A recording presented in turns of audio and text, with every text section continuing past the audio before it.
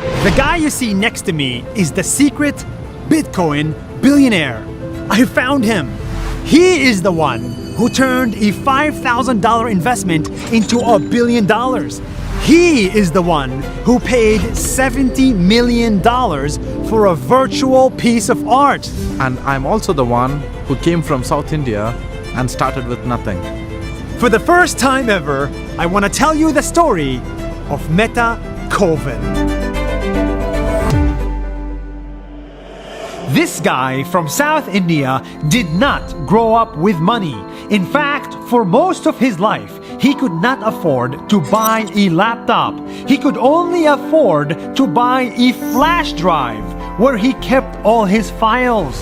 At the night, I used to borrow my friend's laptop when they're just going to sleep, and then I used to use my pen drive and learn how to code. And on the internet, he saw opportunity. So he learned how to code and how to build websites. Simple websites that do simple tasks. So I remember one of the websites I built on which anyone could hire a freelancer for $10. But that didn't go very well. It failed. In total, he built 54 websites and 51 of them were complete failures. Until one day, he stumbled upon Bitcoin. He immediately was drawn to the idea and realized that this Bitcoin technology could be big, really big. It was a global idea, and it had people who were passionate about it from all over the world. That really made me feel this is going to be really big. So he adopted Bitcoin, Ethereum, crypto, and blockchain, even when everybody said this was a fad. Anything that's new is initially rejected, right? Like they say, they laugh at first. In the same way, Bitcoin was laughed off. But that's when I know that something might work. So when people laugh at something, my brain goes, maybe we should try it, right?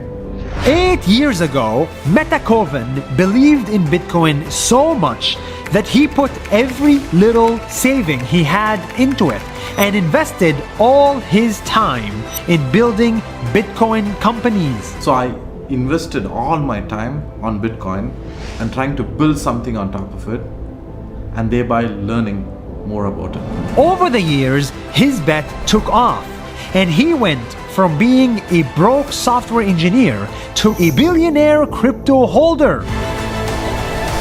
But don't expect the lifestyle of a billionaire, because in reality, nothing in his life has changed. He owns 0 cars, 0 houses, and 0 stocks. 99.9% of everything he owns is still in crypto. And that's how much I believe in it. This guy owns nothing in the real world, but he owns a lot in the virtual one, because he believes everything is going virtual. Money is virtual, land is virtual, and art is virtual. Apparently, his jacket is also crypto. How exactly is this crypto? Actually, there are only 40 pieces of this in this world, and this they call it a Genesis edition, right? And this is attached to the blockchain. There's an address here, right? So if you go on the blockchain and type this address, you will see that that's an NFT, and you'll see that I own it through my address, and there's an RFID chip right here. Oh my God! To that, yeah. What? Yeah. And how much is this jacket? I paid $600.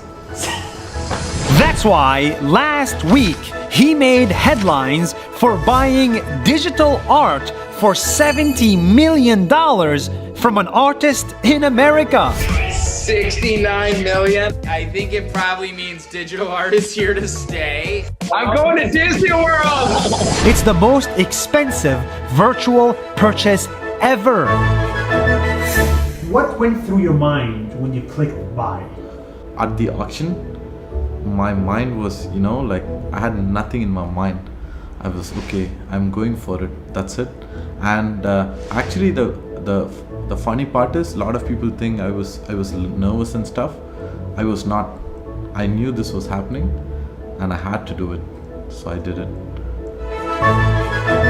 My fund, which is Metaverse, we are planning to build this monument in the Metaverse, which is a virtual space. So we have land there, and we are going to build a huge monument and put this art there so that people can enjoy the 440 million pixel art in its true form, because it's a digitally native picture. For this guy, buying a $70 million piece of crypto art was not just an investment, it was an act of support. He wants to support creators, artists, singers, musicians, people from all around the world, from any race, any gender, any color. People around the world have prejudices, and that gets me really angry, because you have to look at what people do and not how people look like or where they are from, and make your conclusions. Time and again, whenever I've been rejected from something, like an investor or someone, he'd always tell me I don't have pedigree. And I hate that, because you never gave me a chance, right? And if you look at what I do, maybe you'll reconsider your decision. And I think it's the same for everyone in this world. If it wasn't obvious by now, this is not about money. This is about decentralization. Decentralization is the idea that value will not come only from the West. It'll come from the rest. The next Gucci will not come from Italy. It'll come from Jordan.